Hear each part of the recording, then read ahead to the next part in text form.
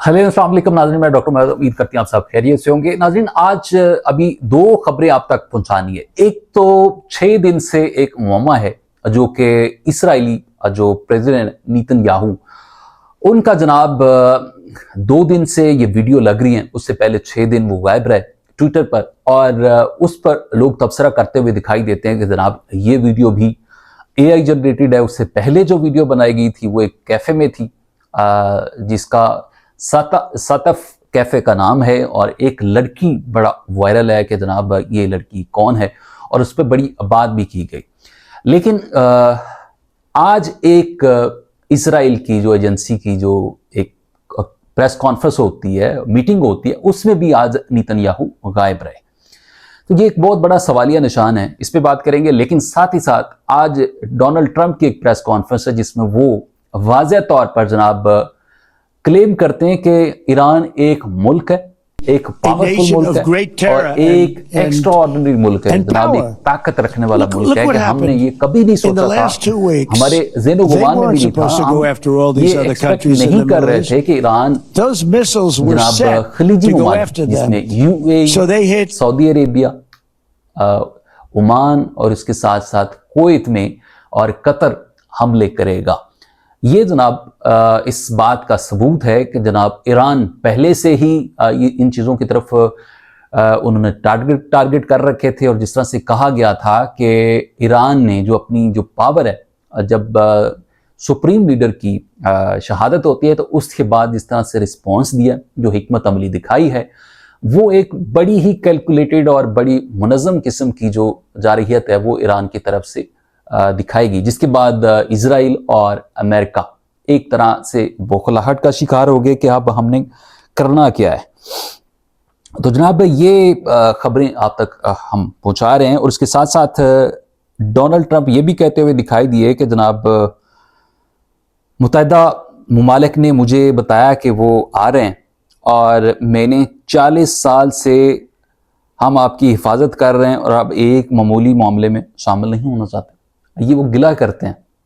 अब देखें कि सुपर पावर आज 40 साल बाद ये क्लेम कर रहे हैं, और ये मुकम्मल तौर पर आइसोलेट हो रहा है। जिस तरह से वो मुल्कों के नाम लेके कहते रहे कि हमें मदद करें इस मामूली से मामले में, चाइना वो उसने कहते हुए कि चाइना और जापान को 80-90% इस आबने हुर्मस से तेल की सप्लाई जाती है और हमें तकरीबन 1% से भी कम है।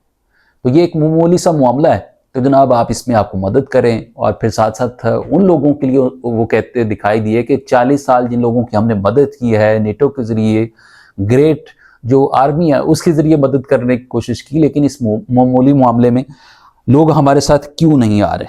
और साथ ही साथ जनाब उन्होंने आज ईरान को एक तरह का वो कहते हुए दिखाई दिए कि जनाब ईरान एक पावर है, एक मुल्क है, उसको तस्लीम भी कर रहे हैं। तो इसका मतलब सीधा सीधा से ये है कि अमेरिका इस जंग से बाहर निकलने की कोशिश कर रहा है, और ये आबना हुर्मस को खुलवा कर अपनी बची हुई जो एक साख्त है उसको बहाल करने की कोशिश कर रहा है, अपनी इज्जत बचाना चाहता है। लेकिन अब ईरान ये कहता हुआ दिखाई देता है कि अब जो जंग रुकेगी वो हमारी मर्जी से रुकेगी। दूसरी जो खबरें सर्कुलेट कर रही हैं, बहुत सारे सहाफ़ी नेतन्याहू की मौत के हवाले से भी कह रहे हैं। एक अमेरिकन सहाफ़ी हैं इथान लेविन्स, वो कहते हैं कि एक तस्वीर वो शेयर करते हैं जिसमें नेतन्याहू की एक तस्वीर पुरानी जिसमें वो प्रेस कॉन्फ्रेंस करते हुए दिखाई देते हैं, और दूसरी जो कैफ़े वाली उसमें वो कहते हैं कि this is a different man, Netanyahu is no longer with us, कि वो एलिमिनेटेड हो चुके हैं। और फिर आज की जो नेतन्याहू की एक वीडियो दोबारा फिर लगती है कि वो एक साहिल पर खड़े होते हैं और वहाँ पर वो घूम रहे हैं। तो उस पर वो कहते हैं कि अगर जनाब नेतन्याहू की जो पहले वाली वीडियो है कैफे वाली, उस पर वो कहते हैं कि why would Netanyahu drive 50 minutes to an unprotected cafe in the Jerusalem mountain during war to prove he is alive, why won't he have a press conference. कि तेल अवीव से जो कैफे है जिसका आतफ नाम है सतफ, और वो जनाब 50 منٹ کا ڈسٹنس ہے. تو ان کو کیا ایسی ضرورت پڑی کہ وہ ایک جگہ سے چل کے اور وہاں جا کے ان پروٹیکٹڈ ایریا میں وہاں ویڈیو بنواتے ہیں کیمرے کے ذریعے. اور آج بھی ایسا ہی کیا کہ آج جناب اس نے ایک پہاڑی علاقہ، وہاں پر پیچھے آپ جنگلات بھی دیکھ سکتے ہیں، وہاں پر ویڈیو بنی. پھر اس کے بعد جس طرح سے اس کو ٹرول کیا جا رہا ہے، اس پر ایران کے ایک جناب تجزیہ نگار وہ یہ کلیم کرتے ہوئے دکھائی دیتے ہیں کہ نیتن یاہو کی ہلاکت کی خبریں بار بار اسرائیل خود پھیلا رہا ہے. کیوں؟ وہ کہتے ہیں کہ تہران سے نیتن یاہو کے مارے جانے کی افواہیں دراصل اسرائیل کی جنگی اسٹریٹجی کا حصہ ہے، جس کا مقصد ایرانی عوام کے ساتھ نفسیات سے کھیلنا ہے. اگر نیتن یاہو مارا گیا تو ایرانی عوام کا غصہ کم ہو جائے گا، اگر نہیں مارا گیا تو غصہ بڑھتا رہے گا. یہ سب جنگ کی اقسام ہے. ایران کا ٹارگٹ صرف نیتن یاہو نہیں بلکہ اسرائیل کا بنیادی ڈھانچہ ہے. اور ساتھ ہی ساتھ وہ کہتے ہیں کہ ایران نے خلیجی ممالک کو آفر دی کہ ایک حقائق جانتے ہیں، وہ جو خلیجی ممالک کہہ رہے تھے کہ ان کا جو شاہد ڈرون ہے وہ آ کے لگا اور وہ صرف ایران کے پاس ہے. ایران یہ کہتا ہوا دکھائی دیتا ہے کہ امریکہ نے اس کی کاپی بنائی ہوئی ہے اور یہ امریکہ اسرائیل کے ذریعے وہ اٹیک کرتا ہے، اور ایران جب بھی اٹیک کرتا ہے وہ پہلے اناؤنس کرتا ہے یا اٹیک کے بعد اناؤنسمنٹ ہوتی ہے کہ فلاں جگہ پہ ہم نے ٹارگٹ کیا ہے. جو سعودی عربیہ کے اندر آئل ریفائنری اریمکو، وہاں پر جو ٹارگٹ کیا گیا وہ سعودیہ نے اسے مکمل طور پر انکار کیا کہ ہم نے یہ ٹارگٹ نہیں کیا. دوسری طرف سعودی عربیہ یہ کلیم کرتا ہوا دکھائی دیا کہ یہ شاہد ڈرون سے ٹارگٹ کیا گیا، اور شاہد ڈرون کی کاپیز جناب امریکہ نے پہلے سے بنا رکھی ہیں تاکہ یہ الزام سیدھا سیدھا ایران پر لگایا جائے. تو جناب یہ اب تک کی ڈیولپمنٹس ہیں، اب تک رکھتی ہیں.